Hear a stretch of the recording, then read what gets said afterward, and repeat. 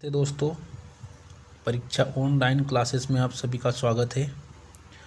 आज का हमारा टॉपिक है व्यंजन। अब देखते हैं दोस्तों, व्यंजन क्या होता है।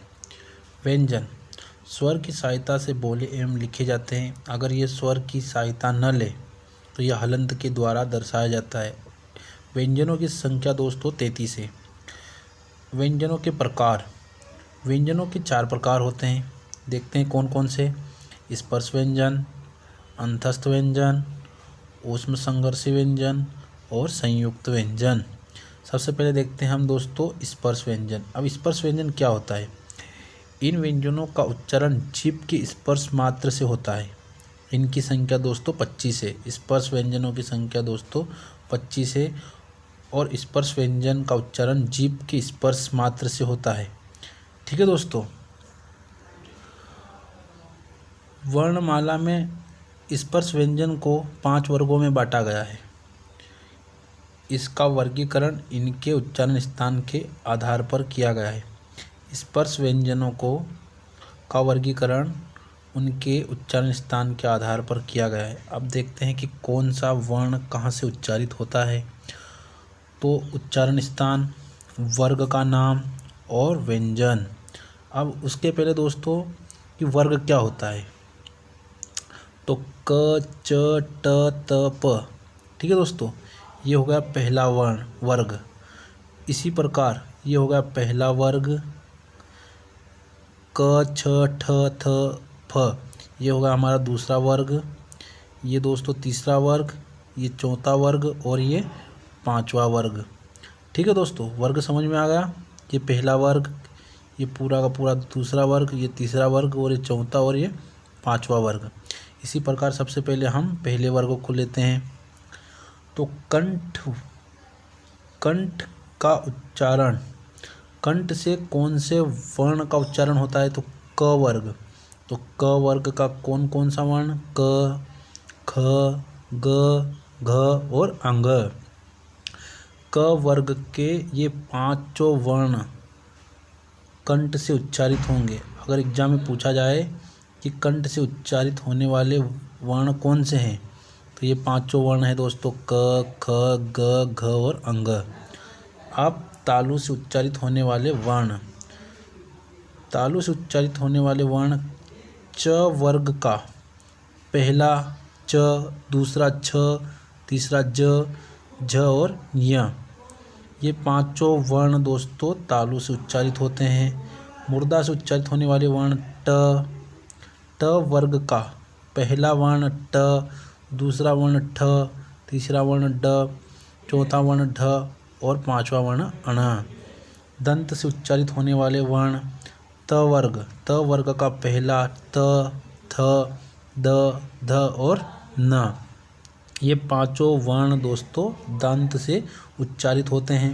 ओष्ठ से उच्चारित होने वाले दोस्त वर्ण प वर्ण, प वर्ग का पहला प, फ, ब, भ और म। ये पांचों ओष्ठ से उच्चारित होते हैं दोस्तों। नोट, अपने नोट करके लिख लो कि प्रत्येक वर्ग का अंतिम वर्ण, प्रत्येक वर्ग मतलब पहला वर्ग क, च, ट, त, प, प्रत्येक वर्ग का अंतिम वर्ण मतलब पांचवा, 1, 2, 3, 4, 5, ये पांचवा है दोस्तों इधर से। तो अंतिम वर्ण अनुनासिक व्यंजन कहलाता है। इन पांचों को हम अनुनासिक व्यंजक कहते हैं और इनकी संख्या दोस्तों 5 है। अंग, य, ण, न, म और ये पांचों अनुनासिक व्यंजन कहलाते हैं। इसके बाद देखते हैं दोस्तों तो अपन स्पर्श व्यंजन क्या होता है, अंतस्थ व्यंजन क्या होता है, ऊष्म संघर्ष व्यंजन क्या होते हैं और संयुक्त व्यंजन क्या होते हैं। तो अभी थोड़ी देर पहले हमने बताया कि वर्ग क्या होते हैं। ये हो गया अपना पहला वर्ग, ये दूसरा वर्ग, ये तीसरा वर्ग, ये चौथा वर्ग और ये पांचवा वर्ग दोस्तों। तो क वर्ग का क, ख, ग, घ और अंग। च, छ, ज, झ, य, ट, ठ, ड, ढ, अण, त, थ, द, ध, न, प, फ, ब, भ, म। क से लगाकर म तक दोस्तों ये सारे ही वर्ण स्पर्श व्यंजन है और इनकी संख्या दोस्तों 25 है, क से लगाकर म तक। और इन्हीं स्पर्श व्यंजन में 2 वर्ण ड और ढ जिन्हें द्विगुण वर्ण कहा जाता है। ठीक है दोस्तों, अब देखते हैं आगे। य र ल व, य र ल व, इन 4 वर्ण को अंतस्थ व्यंजन बोलते हैं जिनकी संख्या 4 है। अब देखते हैं ऊष्म संघर्षी व्यंजन कौन से होते हैं। ऊष्म संघर्षी व्यंजन स और ह, ये चारों ऊष्म संघर्षी व्यंजन है दोस्तों और इनकी संख्या 4 है। संयुक्त व्यंजन, संयुक्त व्यंजन अक्ष, त्र, ज्ञ और स्र, ये होते हैं संयुक्त व्यंजन और इनकी संख्या दोस्तों 4 है। आप स्पर्श व्यंजन के बाद में अंतस्थ व्यंजन देखते हैं कि कौन से होते हैं दोस्तों। अंतस्थ व्यंजन, इनके उच्चारण में वायु मुंह से घुमड़कर बाहर निकलती है दोस्तों और इनकी संख्या 4 है। य र ल व। अब य का उच्चारण तालव्य से होता है, र का उच्चारण मूर्धन्य से और ल का दंत से और फ का दंतोष्ठ से। ठीक है दोस्तों, आप ऊष्म संघर्षी व्यंजन कौन कौन से होते हैं। तो ऊष्म संघर्षी व्यंजन किसे कहते हैं, इनके उच्चारण में वायु घर्षण करके बाहर निकलती है। ठीक है दोस्तों, संघर्षी नाम से ही पता चल रहा है कि संघर्ष करके वायु को मुंह से बाहर निकालना पड़ता है। इनकी संख्या दोस्तों 4 है। कौन कौन से हैं, स और ह, ये होते हैं ऊष्म संघर्षी व्यंजन। अब संयुक्त व्यंजन कौन कौन से होते हैं, यह 2 विभिन्न व्यंजनों से मिलकर बने होते हैं। ठीक है दोस्तों, संयुक्त व्यंजन 2 विभिन्न व्यंजनों से मिलकर बने होते हैं और इनकी संख्या दोस्तों 4 है। अब देखते हैं कौन कौन से विभिन्न व्यंजनों से मिलकर बनते हैं। तो ये 4 कौन कौन से हैं, छ, त्र, ज्ञ और स्र। अब ये छ किससे मिलकर बनता है, क, हलंत वाला क, मतलब आधा क प्लस स, त अक्ष, त्र आधा त ओ प्लस र, त्र, ज आधा प्लस य, ज्ञ आधा स प्लस र, स्र। ठीक है दोस्तों, अब आगे संयुक्त व्यंजन का स्थान इस वर्ण के बाद आता है जिसका हलंत वाले वर्ण से मिलकर बने होते हैं। जैसे छ का स्थान क वर्ण के बाद आएगा। ठीक है दोस्तों, अब छ का उच्चारण क वर्ण के बाद में आएगा, त का उच्चारण त वर्ण के बाद में आएगा, ज्ञ का उच्चारण ज वर्ण के बाद में आएगा और स्र का उच्चारण स वर्ण के बाद में आएगा। ठीक है दोस्तों, अब देखते हैं दोस्तों अयोग्य व वर्ण कौन से होते हैं। वे वर्ण जो पूरी तरह से न तो स्वर है और न ही व्यंजन है, बल्कि यह वर्ण दोनों ही है, अयोग्य व वर्ण कहलाते हैं। इनकी संख्या दोस्तों 2 है। कौन कौन से, आम और अह। आम और अह को अयोग्य व वर्ण बोलते हैं दोस्तों। अब आगे पढ़ते हैं दोस्तों हम व्यंजनों का वर्गीकरण। अब व्यंजनों का वर्गीकरण क्या होता है ये देखते हैं। तो व्यंजनों का वर्गीकरण 4 भागों में किया गया है। अब देखते हैं 4 भाग कौन कौन से हैं। तो श्वास के आधार पर पहला, दूसरा स्वर तंत्रिकाओं के कंपन के आधार पर, तीसरा प्रयत्न के आधार पर और चौथा है स्थान के आधार पर। तो पहला, ठीक है दोस्तों, श्वास के आधार पर, प्राणत्व भी बोलते हैं इसको दोस्तों, और इन्हें 2 भागों में बांटा गया। पहला कौन सा है, अल्प प्राण और दूसरा है महाप्राण। अब इसके आगे देखते हैं दोस्तों हम कि अल्प प्राण क्या होता है और महाप्राण क्या होता है। अल्प प्राण में दोस्तों कौन से वर्ण आते हैं। तो अभी मैंने पढ़ाया था कि पहला वर्ग, तीसरा वर्ग और 5वां वर्ग के जो भी वर्ण होते हैं दोस्तों अल्प प्राण कहलाते हैं। ठीक है दोस्तों, और द्विगुण का प्रथम और अंतस्थ व्यंजन कौन कौन से हैं दोस्तों। अंतस्थ व्यंजन य, र, ल, व और सभी स्वर तो आपने पढ़े हैं पहली क्लास में। अब महाप्राण कौन कौन से होते हैं, दूसरा वर्ग क, छ, ठ, थ और फ और चौथा वर्ग द्विगुण का दूसरा ढ और ऊष्म संघर्षी व्यंजन स और ह, ये सभी दोस्तों महाप्राण वर्ण है। ठीक है दोस्तों, अल्प प्राण की परिभाषा क्या है किसी वर्ग को बोलते समय हवा कम बाहर निकलती है। इन वर्ण को बोलते समय मुंह से हवा कम निकलती है दोस्तों। और महाप्राण की परिभाषा, किसी वर्ण को बोलते समय हवा मुंह से अधिक बाहर निकलती है। महाप्राण को बोलते समय मुंह से वायु अधिक बाहर निकलती है दोस्तों। अब आगे देखते हैं दोस्तों, स्वर तंत्रिकाओं के कंपन के आधार पर या ध्वनि के आधार पर भेद दो होते हैं। कौन कौन से? आघोष और सघोष। सघोष को हम घोष भी बोलते हैं दोस्तों। अब देखते हैं कि आघोष वर्ण कौन कौन से होते हैं। पहला वर्ग और दूसरा वर्ग। अभी कुछ देर पहले हमने पढ़ा है कि वर्ग कौन सा, पहला वर्ग में कौन कौन से आते हैं, क, च, ट, त, प। ठीक है दोस्तों, ऐसे ही दूसरा वर्ग और आघोष में कौन कौन से वर्ण और आते हैं दूसरे, स, स और आगत का फ, जो कि आरबी फारसी का है दोस्तों। अब घोष में कौन कौन से वर्ण आते हैं, तीसरा वर्ग, चौथा वर्ग और पांचवा वर्ग।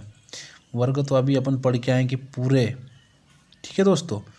अंतस्थ व्यंजन य, र, ल, व और द्विगुण का ड और ढ, सभी स्वर और आगत का ज और ह, ये सभी सघोष वर्ण होते हैं दोस्तों। ठीक है। अब देखते हैं दोस्तों कि आघोष और सघोष क्या होते हैं। तो बोलते समय वायु प्रवाह से कंठ में स्थित स्वतंत्री में कंपन होता है तो सघोष ध्वनियाँ उत्पन्न होती है, और कंपन नहीं होता है तब आघोष ध्वनियाँ उत्पन्न होती है दोस्तों।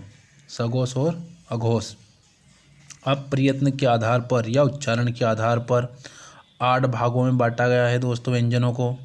कौन कौन से हैं? पहला स्पर्शी, दूसरा संघर्षी, तीसरा स्पर्श संघर्षी और चौथा पार्श्विक और पांचवा है ताड़नजात या उत्क्षिप्त और छठा है लुठित या प्रकपित और सातवां है अर्धस्वर और आठवां है नासिक्य।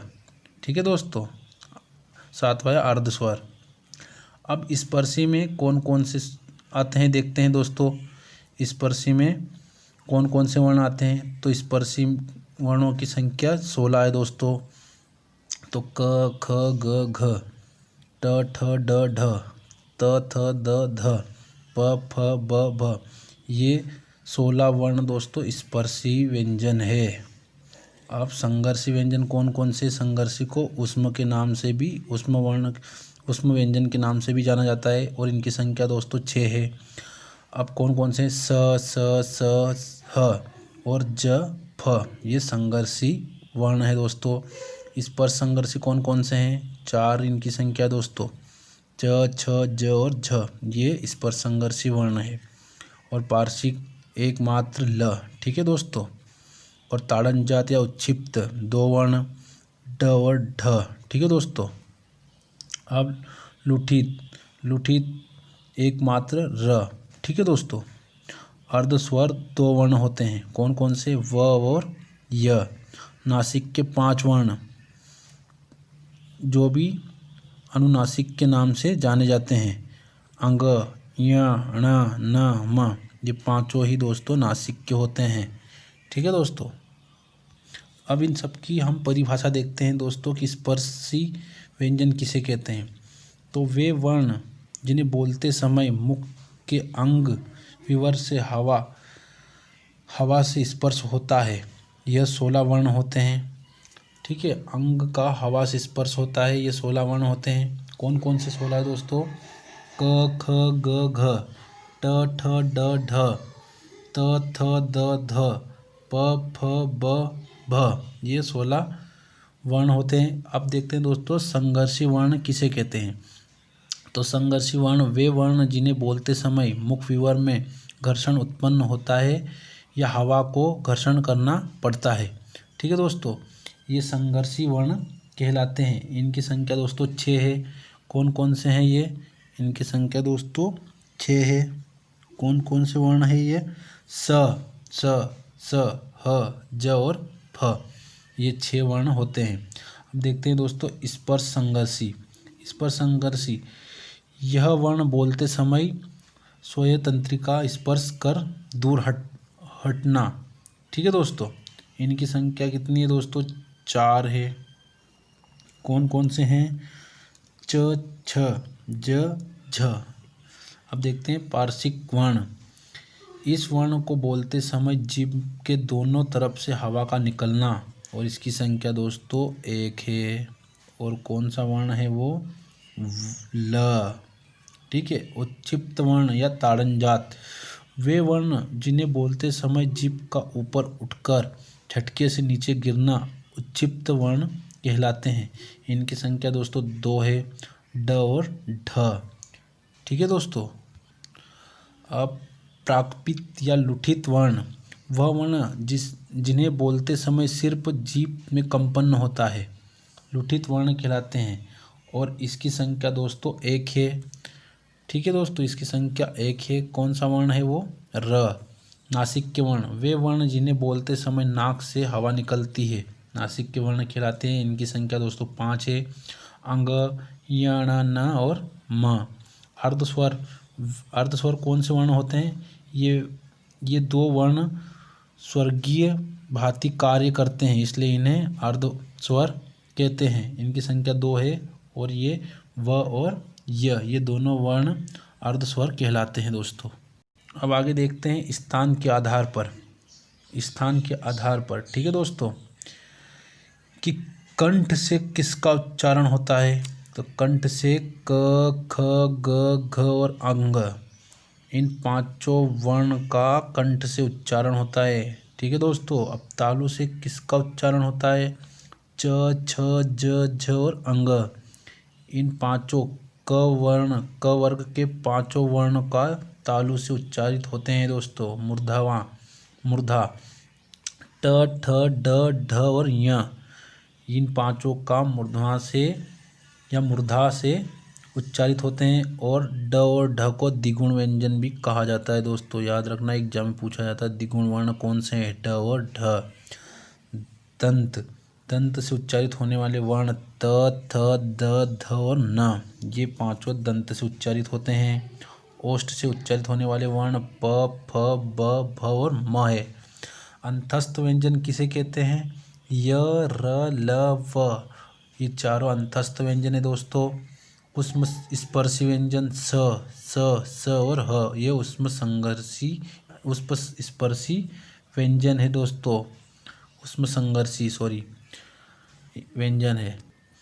एकमात्र स्वर तंत्रीय वर्ण है ह दोस्तों, एकमात्र, एग्जाम में पूछा जाता है।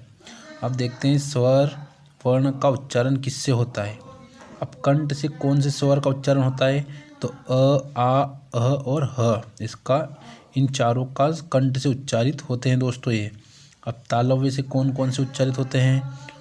वर्ण ई, य और य, ठीक है दोस्तों, स। अब मूर्धा से उच्चारित होने वाले स्वर ऋषि और स, ये दोनों मूर्धा से उच्चारित होते हैं। और दंत या मसूड़ा से स वर्ण उच्चारित होता है दोस्तों। ओष्ठ से उ और उ, ये दोनों स्वर ओष्ठ से उच्चारित होते हैं। अब देखते हैं दोस्तों कि कंठ व तालु से उच्चारित होने वाले 2 स्वर कौन से हैं? ए और आई। कंठ और ओष्ठ से उच्चारित होने वाले वर्ण या स्वर ओ, औ, जिन्हें हम कंठोस्थ भी बोलते हैं। अब दंतोष्ठ से उच्चारित होने वाले वर्ण व और फ है। दंत मूल या मसूड़ा से उच्चारित होने वाले वर्ण र और व है दोस्तों। ठीक है दोस्तों, इसी के साथ आज की क्लास यहीं समाप्त करते हैं।